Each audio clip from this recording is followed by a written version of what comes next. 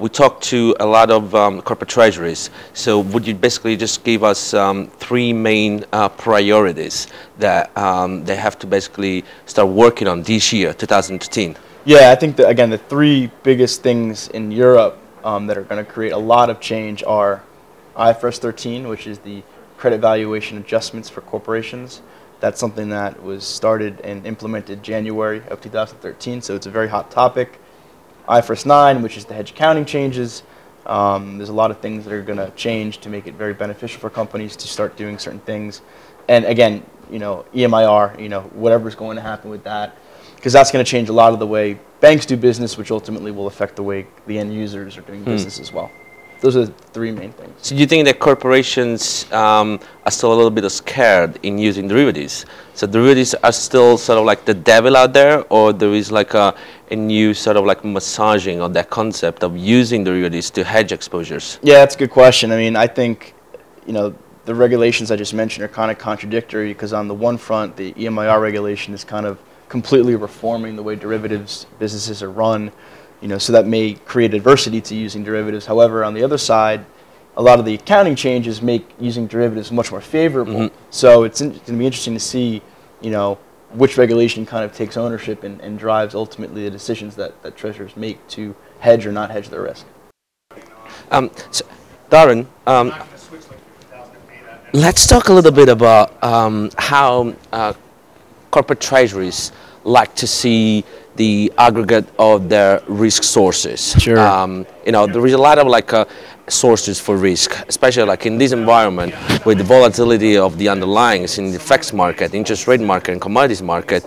There might be chances where company wants to actually aggregate and consolidate all their risk. So what are you seeing? Sure. So I think historically it's been difficult to do that because typically FX and interest rate risks managed at the treasury level, whereas a lot of companies, the commodity risk, the price risk is managed at the procurement level. And in a lot of organizations, they're two different teams, so it's kind of like they treat the risk management independently.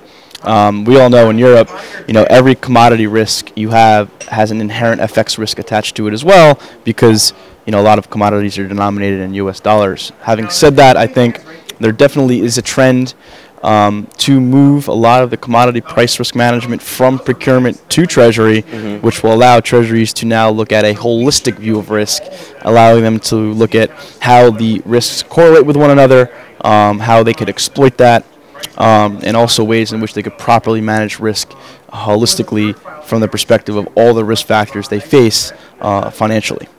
Which is basically in line with what you were saying before, the IFRS 9, and it's going to make it very favorable to corporate treasuries to start looking at risk this way. Exactly. And to get the benefits from basically applying hedge accounting treatments. Exactly. So I think the trend of moving from procurement to treasury is perfect timing along with these changes to the regulation, because I think if it's all done at one time, it could favor treasuries significantly.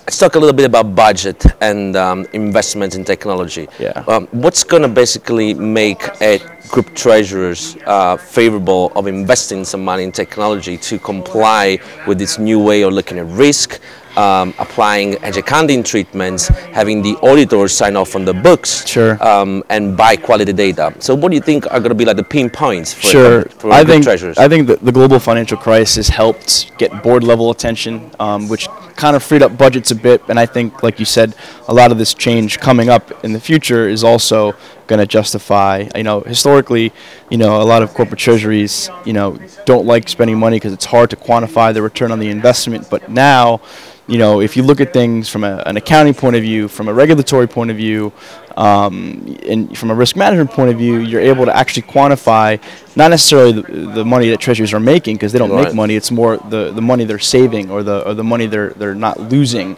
from properly having a system in place to manage risks the way they should be, as opposed to kind of doing a cumbersome approach where there's different Excel sheets for different hedges and different risks, and it's difficult at that point to properly manage your exposure.